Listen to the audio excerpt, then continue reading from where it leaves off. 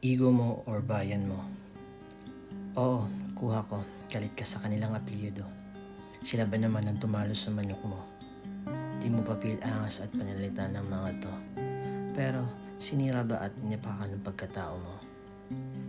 Gayon pa man, hindi yan ang buong punto. Kundi dun sa kung ano kang klaseng Pilipino.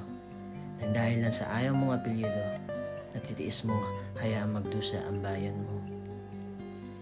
Kesa nga naman daw mapunta sa kinaiinisan, mas mainam dun na lang sa dating inaayawan. Kahit pa dun sa gahaman sa kapangyarihan, oks lang, panalo pa rin na yung pakiramdam. Ayos na sana na mulat na ang buong Pilipinas sa grabing nakawan na dapat na magwakas. Pero ikaw, ego pa rin ang nangingibabaw.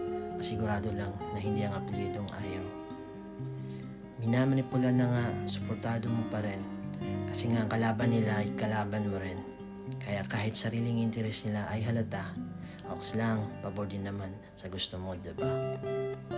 Kaya imbis na mag-focus sa tunay na problema na lahat sana tumindig at magkaisa para labanan, wakasan ang nakawan sa bayan na walang pilian at walang takipan. Pero tila mas pinili mo pang makasama dun sa script na gustong mangyari nila, na kahit pa nalilis na sa tunay na problema, ang malaga hindi pabor sa taong ayaw mo, di ba?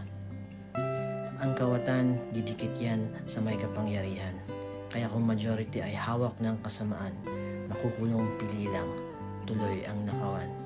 Mamanipulahin, paniniwalain, dyan sila magaling. Sabi mo pa mahal mo ang bayan mo, pwes patunayan mong hindi lang salita ito. Puro ka na lang galit sa ayaw mong apelyido.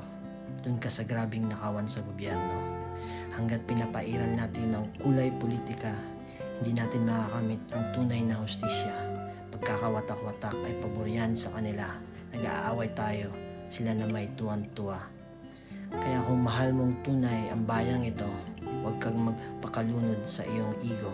Iisang bayan para sa tunay na kalaban, ang mga kawatan at gahaman ng kapangyarihan.